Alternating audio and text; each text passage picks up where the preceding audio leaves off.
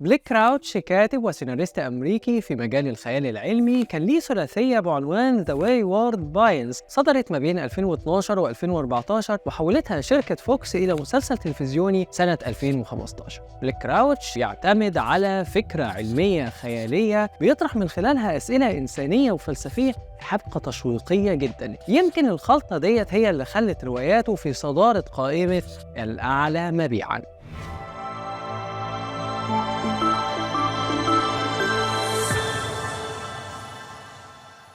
هنتكلم النهارده عن 3 روايات لبليك كراوتش: المادة السوداء أو المعتمة The Dark Matter، استدعاء ذاتي Recursion، تحسين أو Upgrade. وهي ال3 روايات اللي اترجموا للغة العربية ترجمهم الشاعر عبد الرحيم يوسف من إصدارات دار المحروسة، اللي كانت حريصة جدا على وجود روايات في إيد القارئ العربي، لدرجة إن مثلا الرواية الأخيرة تحسين أو Upgrade ترجمت في العام نفسه اللي صدرت في الولايات المتحدة الأمريكية. في المشهد الأخير من فيلم كاستاوي بنشوف بطل الفيلم تشاك اللي بيقوم بدوره توم هانكس بعد إنقاذه وتسليمه الطرد الأخير اللي كان معاه. هنشوفه واقف على تقاطع طرق أو كروس رود مش عارف يروح فين. أي نعم تم إنقاذ حياته، لكن كأنه بيبدأ من الأول تماما. حياته اتصفرت، مش قادر يختار أي طريق ممكن ياخده. لما حكيت لأستاذ عادل عصمت قبل مناقشة أحد أعماله ببرنامجي عن إننا مشتركين في الاهتمام بفكرة الاختيار وإزاي ممكن يأثر على حياتنا، اختيار بسيط ممكن يغير مسار الحياة بأكملها، بس هو رد عليا رد تاني خالص. قال لي هي المشكلة مش كده بس، هي المشكلة كمان إن حتى لو الإنسان اختار طريق وهو مبسوط فيه، طبيعتنا كبشر بتخلينا دايما نبص على الطريق اللي احنا ما اخترناه. فكر في كل اختيار، مش بس الاختيار اللي انت شايف ان هو مصيري زي اختيار شريكة الحياة، زي مجال العمل، اختيار الكلية، اهاجر ولا اقعد في البلد، لكن اصغر اختيار امشي من الحاره دي ولا من الشارع ده، اركب ميكروباص ولا اركب تاكسي، لان انت ما تقدرش تعرف تبعات او نتائج الاختيار ده ممكن توصلك لغايه فين. اصغر حاجه ممكن تودي لنتيجه او تغيير مفصلي في حياتك. في روايته المادة السوداء بيعيد علينا بليك كراوتش السؤال ده: هل بعد سنين طويلة من اختيار معين ممكن تندم عليه؟ ممكن تبقى عايز تروح للاختيار أو الطريق اللي انت ما اخترتهوش؟ طب هل ده ممكن؟ في الفيزياء في حاجة اسمها التراكب الكمي، لكن ده بالنسبة للجسيمات دون الذرية. وكمان في فكرة اسمها العوالم المتوازية. في كل عالم انت موجود، لكن مش شرط تكون بنفس الشكل والوظيفة والمكان والعلاقات الاجتماعية، ممكن تختلف من عالم لعالم. لكن بليك كراوتش بيخلي الأشكال المختلفة ليك انت في العوالم المتوازية ناتجة عن اختياراتك انت. مع كل اختيار بينفصل عالمين. على سبيل المثال، العالم اللي انت ركبت فيه الميكروباص، قابلت بنت وعجبتوا ببعض واتجوزتوا ومسار حياتك خد شكل معين، اكيد هيبقى مختلف عن المسار اللي اخترت فيه ان انت تركب تاكسي وبالتالي ما قابلتش حد. وبكده يكون عندنا عدد لا نهائي من العوالم الناتجة عن الاختيارات المختلفة. بس في نقطة تانية مهمة: اختياراتنا هي شخصيتنا، وبالتالي الأشخاص الموجودين في العوالم المختلفة اللي هم أنت مش شرط يكونوا نسخة طبق الأصل منك، لأن في فردية بشكل ما في كل واحد منهم ناتجة عن تتابع الاختيارات المختلفة. الرواية بتدفعنا للانتباه لاختياراتنا، والأهم الرضا أو تحمل نتائج الاختيار ده، وكمان الاستمتاع بيه، لأن الحقيقي إن الحاضر هو اللي انت بتملكه بشكل فعلي. فقدامك اختيار من اتنين: يا اما تستمتع بيه او تحاول تغيره، لكن ما تفضلش عايش في الماضي ندمان على اختيار قديم. في رواية العنكبوت لدكتور مصطفى محمود بيبني روايته على استخدام الغدة الصنوبرية الموجودة في المخ واللي بتفرز الميلاتونين لتنظيم النوم، ومادة ثنائي ميثايل التريبتامين، ودي مادة مهلوسة من عائلة الميلاتونين والسيروتونين. مصطفى محمود بيتعامل مع الغدة الصنوبرية على إنها مقر الروح المسافرة عبر الزمن، وبالتالي بنشوف بطل الرواية بيسافر في محطات زمنية مختلفة من أول الإنسان البدائي لغاية وقتنا الحاضر أو حتى في المستقبل.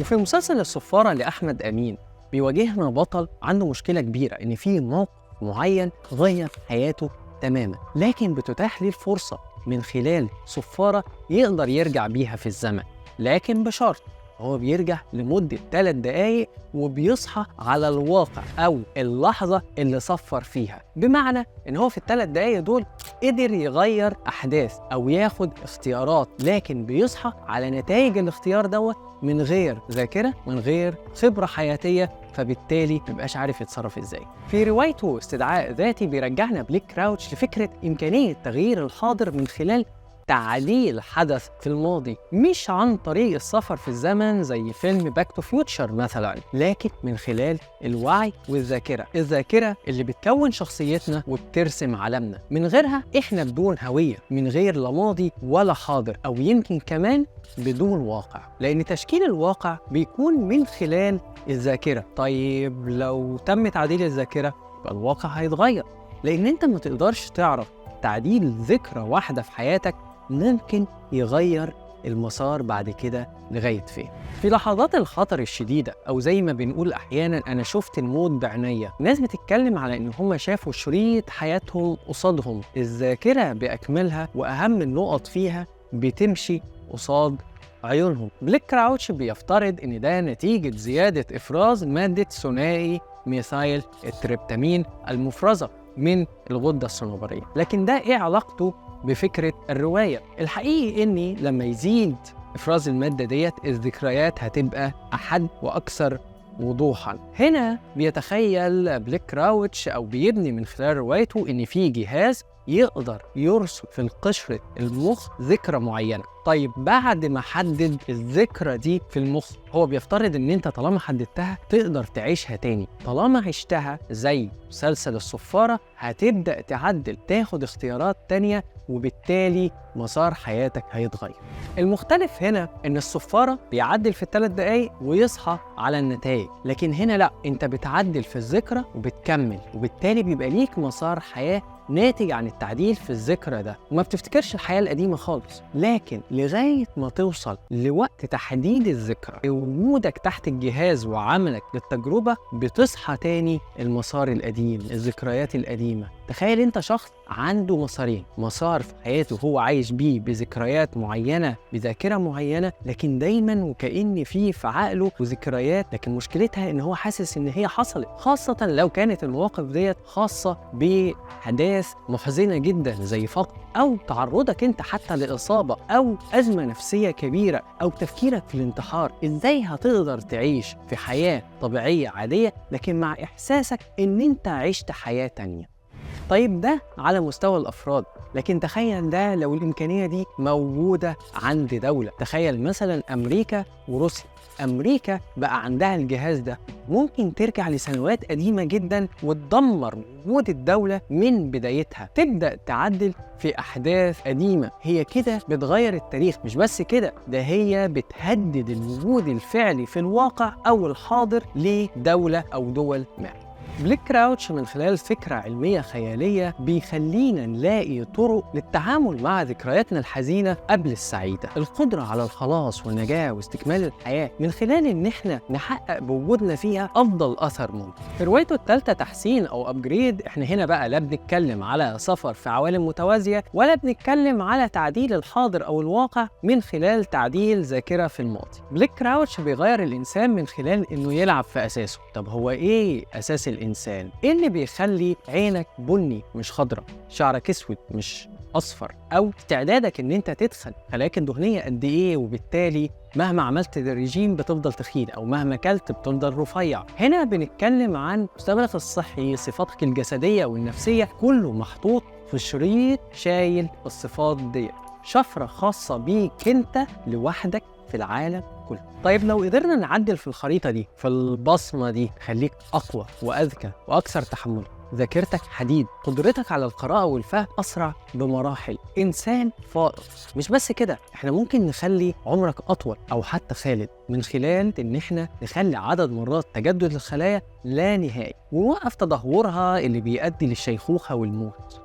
في رواية تحسين دكتورة مريم رمزي قدرت تعمل كل ده، لكن مش لأسباب خاصة بفكرة صنع بطل خارق، لا هي مش عايزة كده، دي هي عايزة تعمم التحسين أو التطوير ده على كل البشر. هي شايفة إن هي دي الطريقة الوحيدة لإنقاذ البشرية. طيب مالها البشرية؟ ألف لا بأس عليها يعني. في الرواية كوكب الأرض بينهار، اللي عمله الإنسان برضو مش قليل. التغيرات المناخية أدت لمجاعات، تصحر، مفيش زراعة، مفيش طعام طبيعي. عشان تقدر توصل لبروتين طبيعي انت بتدفع دم قلبك في المطاعم. كل اللي موجود عبارة عن مشتقات صناعية اتعملت لصالح تغذية الإنسان، لكن اللي بيحصل إن المدن بتغرق لأن في ارتفاع لمنسوب البحر. فإيه اللي ممكن نلاقيه كحل؟ مريم رمزي شافت إن الحل هو زيادة قدرات الإنسان العقلية والجسدية. يمكن يتنيل ينصلح حاله ويشوف اللي عمله في الكوكب ويحاول يصلحه. فهل كان حل مريم رمزي هو الحل المناسب؟ الرواية كمان بتطرح أسئلة زي هل التعديل الجيني آثار جانبية أو تهديد للنظام البيئي؟ وفي كمان نقطة تانية مهمة جدا متعلقة بالدوافع أو السمات الشخصية وإيه اللي ممكن يحصل لها من تطور بعد التعديل الجيني. يعني على سبيل المثال شخص سلطوي عدواني عنيف متنمر، لما اديله قوة زيادة إيه اللي ممكن يعمله؟ وانا بستعد لتحضير الحلقه لما بصيت على حجم الروايات بصراحه اتخضيت شويه. كل روايه مش اقل من 450 صفحه، لكن الحقيقي ان قرايتهم كانت ممتعه جدا. ايقاع سريع، حبكه مشوقه جدا، قدره على استخدام المعلومات العلميه وعرضها بشكل بسيط، والاهم من ده كله ان هي متضفره بشكل حلو جدا جدا جوه الروايات. بليك كراوتش عنده قدره على مد خطوط جديده. هقول لكم مثال، انا كنت قاعد اقرا في روايه الماده السوداء وبعدين حسيت ان خلاص هو بيخلص وخلاص هابي اندنج وبيقفل الروايه، فانا ما بقتش فاهم انا كده خلاص قربت النهايه، المفروض قدامي صفحتين بس لقيت ان انا لسه قدامي 120 صفحه. فانا كنت مستغرب جدا، بس انا لقيته ان هو مد خط جديد في الروايه، وبالعكس هو ما كانش مفتعل، ده كان منطقي جدا. وبقيت متشوق جدا ان هو هيعمل فيه ايه، وكانه فتح حاجه طب هو هيقفلها ازاي اصلا، وكنت قاعد اجري اشوف هيعمل ايه في الورطه اللي هو حط نفسه فيها. روايات بليك كراوتش فيها روح تشاؤمية شوية ناحية المستقبل. مش هقدر أقول روايات كابوسية أو ديستوبية، لكن في إحساس ما بإن اللي عمله الإنسان وتدميره لكوكب الأرض ممكن يبقى ليه نتائج كبيرة في المستقبل. نقطة تانية برضو متكررة في روايات بليك كراوتش إن إحنا هنلاقي في شخصية مهتمة بإن المهمة العلمية تكمل بدون أي محاذير أخلاقية. هو ممكن يسرق، يقتل، يكون صاحبه، بس المهم إن المهمة دي تكمل حتى لو كانت الفكرة مش فكرته، بس هو شخص مهتم إن هو يكمل التجربة حتى على حساب أي حاجة. وقريب من ده برضو في فكرة متكررة وهي استخدام العلم لصالح الجانب العسكري. والحقيقة ده مش غريب، لأن حتى المنجزات العلمية اللي بقينا نستخدمها في حياتنا بشكل ما هي في بدايتها كانت لصالح الغرض العسكري، ومنها الإنترنت على سبيل المثال. كمان بشوف إن بليك كراوتش مهتم بقيمة الأسرة. هنلاقي في الروايتين المادة السوداء وتحسين بطل الرواية طول الوقت بيفكر في أسرته وبيحاول يرجع لهم وبيحاول يخلص نفسه أهم حاجة من الورطة دي عشان يرجع لبيته. أما في رواية استدعاء ذاتي فدافع البطل في الرجوع للزمن كانت محاولته إنقاذ بنته من الموت واللي انهار جوازه من بعدها. بليك كراوتش مثال ممتاز جدا في كيفية استخدام فكرة علمية خيالية لطرح أسئلة فلسفية وأخلاقية ودعوة لرجوع الإنسان لإنسانيته وتعزيز قيمة الأسرة. كل ده من خلال حبكة تشويقية مثيرة جدا. يمكن ده اللي خلى القراء يخلوا رواياته على قوائم الأكثر مبيعا. لو عجبكم الفيديو اعملوا لايك، اشتركوا في القناة، فعلوا الجرس. أنا خالد منصور، أشوفكم الفيديو الجاي.